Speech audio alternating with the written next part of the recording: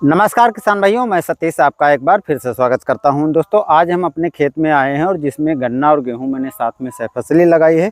तो इसमें अगर आपकी जो समस्या रहती है कल्लों के फुटाव की, तो आइए दोस्तों आज हम इस खेत में आपको सीधे रियल दिखाते हैं कल्लों का फुटाव किस कारण से हो जाता है, किस कारण से नहीं होता है। क्योंकि एक ही खेत में ऐसी दो चीज़ें हमको देखने को मिली हैं। तो अगर आपके साथ भी कुछ ऐसा होता है तो दोस्तों इसमें आपको भी सुधार करने की ज़रूरत है। क्या क्या समस्याएं आती हैं कल्ले के फुटाव को लेकर के, तो उनको कैसे आप उपाय कर सकते हैं, किस तरीके से बचाव कर सकते हैं जिससे बेहतरीन ढंग से आपके गेहूं में कल्लों का फुटाव हो पाएगा। चलिए पहले हम यहां पर आपको इस खेत में दिखाते हैं।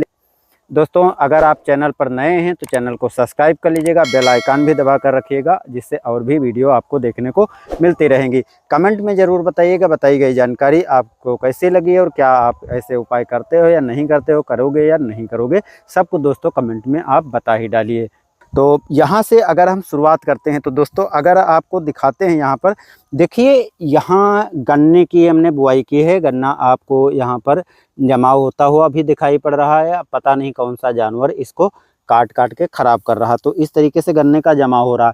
अभी भी जब मैंने बुआई की थी तो मिट्टी में काफ़ी ज़्यादा नमी थी, तो हालांकि कल बारिश हो गई, इतनी ज़्यादा नहीं हुई, हल्की फुल्की हुई। तो आप देख सकते हो कि ऊपर का भाग अभी सूखा है लेकिन नीचे थोड़ा नमी हो गई है। तो अब इसमें क्या है कि इसमें गेहूं के साथ साथ खरपतवार भी बहुत ज़्यादा उगना चालू हुए हैं। शायद पिछले वीडियो में मैंने आपको दिखाया भी था। तो इनके लिए मुझे उपाय भी करना है, तो मैं अब इसमें आज या कल दवा डाल दूंगा। अब यहाँ पर दोस्तों जो समस्या आती है वो क्या आती है कि आप देख सकते हो कि यहाँ पर अभी 25 दिन का, लगभग 27 दिन का गेहूँ हुआ है और यहाँ पर कल्लों का फुटाव बेहतरीन निकलना चालू हो गया, यानी 4-5 कल्ले पौधे में निकल चुके हैं। तो हुआ क्या है, देखो मिट्टी भी यहाँ पर मुलायम है, इतनी टाइट नहीं है, लेकिन इधर देखें तो नमी ज़्यादा होने के कारण मिट्टी थोड़ा टाइट है। और वहीं अगर हम यहाँ पर देखें तो यहाँ पर मिट्टी काफ़ी मुलायम है। तो ये सब चीज़ें हम दिखाएंगे थोड़ा थोड़ा करके, आपको पहले हम बताते हैं। तो देखिए यहाँ जो नीचे का भाग है अभी इसमें फुटाव हुआ है। वहीं यदि हम इधर देखें तो इधर आप देख सकते हो तो इधर जो है फुटाव नहीं हुआ, अभी सिंगल सिंगल पौधे हैं। तो अब कारण क्या है, देखो यहाँ पर मिट्टी मुलायम है तो कल्लों का अगर फुटाव होगा, ब्रांच निकलेंगी तो आसानी से यहाँ निकल आएंगी, जबकि यहाँ पर निकलने में थोड़ी परेशानी होती। लेकिन अब समस्या क्या हुई कि यहाँ पर एक तो सबसे बड़ी समस्या ये हो गई कि जब मैंने गेहूं की बुआई किया था तो यहाँ पर गेहूं की संख्या ने बीज बहुत ज़्यादा मात्रा में हो गया था, जिसके कारण यहाँ पर पौधे देखो आपको बहुत पास पास दिखाई पड़ेंगे। लेकिन ये बीज का भाग यहाँ से नीचे मिट्टी खिसक गई तो बीज जो है इधर गिर गया, तो इधर बहुत कम पौधे हैं। तो कम पौधे यानी कम, इतने भी कम पौधे नहीं है, पर्याप्त पौधों की संख्या है। तो इधर आपको कम संख्या होने के कारण जो है आपको दिखाई पड़ रहा होगा कि इसमें फुटाव बेहतर ढंग से हुआ और पौधा भी इधर की अपेक्षा काफ़ी इधर स्वस्थ और अच्छी तरह से विकास कर रहा है। पौधे की हाइट भी इधर देखो अभी छोटा छोटा पौधा है और वहीं इधर का पौधा काफ़ी स्वस्थ चल रहा है। तो मैंने अलग से अभी तो कुछ नहीं डाला है, लेकिन इतना बड़ा अंतर आप देख सकते हो। अब इस टाइम पर हमें नाइट्रोजन की पूर्ति करनी पड़ेगी, क्योंकि अगर इस टाइम पर नाइट्रोजन की कमी हो जाती है तो पौधे में पीलेपन की समस्या आ जाएगी, जिससे ग्रोथ और विकास रुक जाएगा। और इसके साथ साथ देखो जिंक मैंने डाला था, धान की रोपाई की थी, तो अब हमें जिंक डालने की आवश्यकता नहीं है, क्योंकि पौधे में इस तरीके की कोई समस्या नहीं दिखाई पड़ रही है, बिल्कुल स्वस्थ एकदम हरा पौधा दिखाई पड़ रहा है। तो ये चीज़ें तो मुझे डालने की आवश्यकता नहीं। अगर आपके पौधे में हल्का पीलापन दिखाई पड़ता है तो जिंक को आपको ज़रूर डाल देना है। अब टेम्परेचर डाउन हुआ है, थोड़ा नमी भी वातावरण में है और सुबह ओस भी पड़ना चालू हो जाती है। तो अब हमें क्या करना है कि जो आपको भी उपाय करना, अब इस टाइम पर देखो खरपतवार काफ़ी बड़े हो गए हैं, इतने इतने बड़े से खरपतवार हो गए और ये काफ़ी तेज़ी से बढ़ेंगे। जो हम पोषक तत्व देंगे या जो मिट्टी में है तो पौधे को ना मिल करके ये खरपतवार लेना चालू कर देंगे, और इधर खरपतवार भी इधर काफ़ी बड़े ये हो चुके हैं।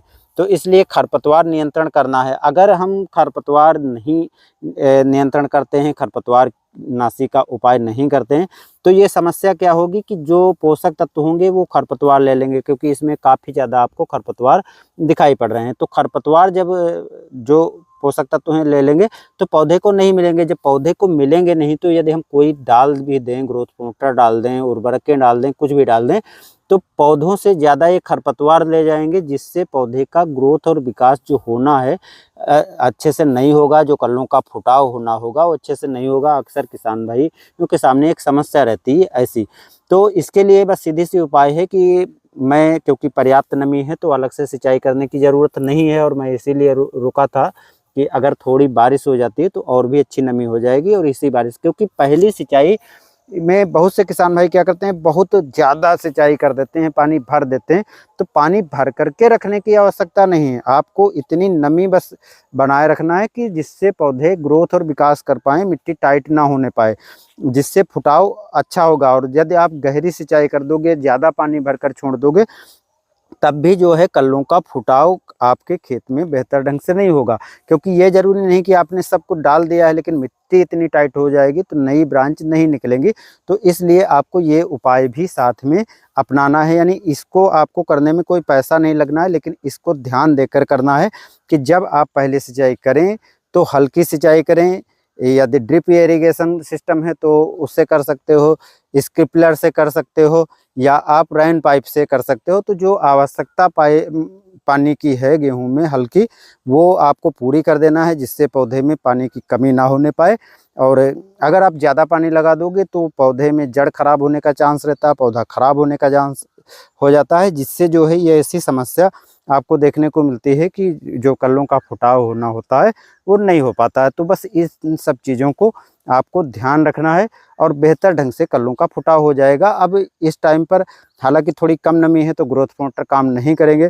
और मेरे पास समस्या वही है कि जो गन्ने का है वो गन्ने का जमाव अभी हो रहा है, तो मुझे रुकना पड़ रहा है। और क्योंकि पर्याप्त नमी है भाई, यहाँ पर यदि हम दिखाते हैं तो आप देख सकते हो कि पर्याप्त नमी है, अभी लड्डू खेत में बन रहा है। तो हमें क्या ज़रूरत है सिंचाई करने की, फालतू का पानी भी लगाना है, और उससे जो है गेहूं में पीलेपन की भी समस्या आ जाएगी। क्योंकि पर्याप्त नमी है, कितना भी हल्का हम पानी लगाएंगे तब भी वो पानी ज़्यादा हो जाएगा, जिससे जो पौधे का विकास अभी स्वस्थ अच्छे तरीके से हो रहा है वो भी रुक जाएगा। तो ये सब चीज़ें आपको भी अपनाना है, ध्यान रखना है। एक चीज़ और है, इस टाइम पर जब आप पहली सिंचाई करें तो पहली सिंचाई पर आप जो उर्वरक देने जा रहे हैं उस उर्वरक के साथ में आप कोई ग्रोथ प्रमोटर आदि मिला सकते हैं, लेकिन कोई कीटनाशक साथ में मिलाकर मत डालना। अगर आपके खेत में दीमक की समस्या है या दूसरे कोई रोग बीमारी कीट की समस्या है, कोई फफूंद जनित समस्या है, तो आपको बाद में उसको डालिए, साथ में नहीं डालना है। किसी तरह की खरपतवार नाशी को मिला करके नहीं डालना है, क्योंकि अक्सर किसान भाई ऐसी चीज़ें कर देते हैं, ऐसी गलतियां कर देते हैं और बाद में उनको ऐसी समस्याएं होती हैं। तो ये सब गलतियां भी आपको करने से बचना है। और उपाय के बारे में आपको मैंने पहले ही बता दिया है। तो नॉर्मल सी इन चीज़ों को बस ध्यान रख करके आप अपने गेहूँ में कल्लों के फुटाव अच्छी तरीके से कर सकते हैं। बस दोस्तों, मिलते हैं नए वीडियो में। धन्यवाद।